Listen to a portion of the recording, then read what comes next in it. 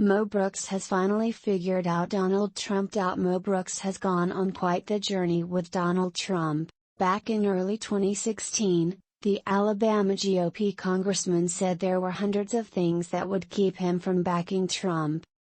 Like many Republicans, he eventually fell in line.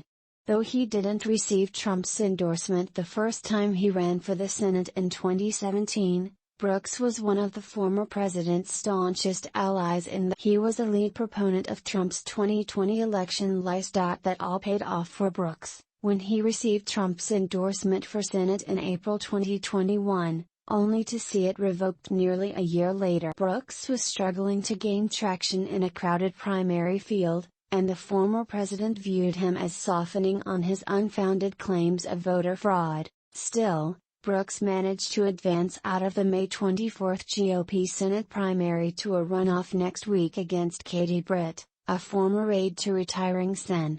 Richard Shelby.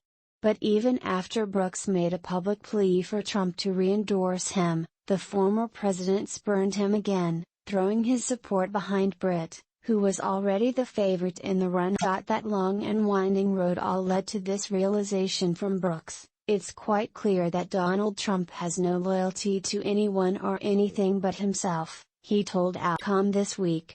This is not, by a long shot, the first time this observation has been made.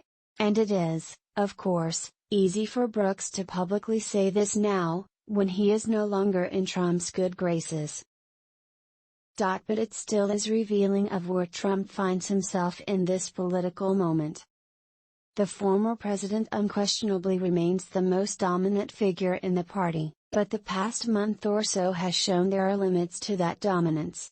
While he boasts a strong endorsement record overall, Trump's preferred candidates have lost several high-profile primaries recently, most notably in Georgia. And even as he gives every signal that he wants to run for the White House again in 2024, other would-be contenders like Ron DeSantis, Mike Pence and Tom Cotton don't appear to be scared off. So for Trump, then, the rest of the 2022 primary season will be all about trying to exhibit a show of strength to shore up his own personal political standing ahead of the next presidential race, even if that means leaving one-time allies behind. As Brooks put it, Donald Trump just had his head handed to him by Georgia voters, having lost 5 major races that he endorsed in, and has trying to restore his brand. And he looked at who he thought had the best chance of winning, and that's who he endorsed. It had nothing to do with philosophy of government other than that he abandoned the conservative movement and the MAGA agenda in order to try to improve the reputation of his brand.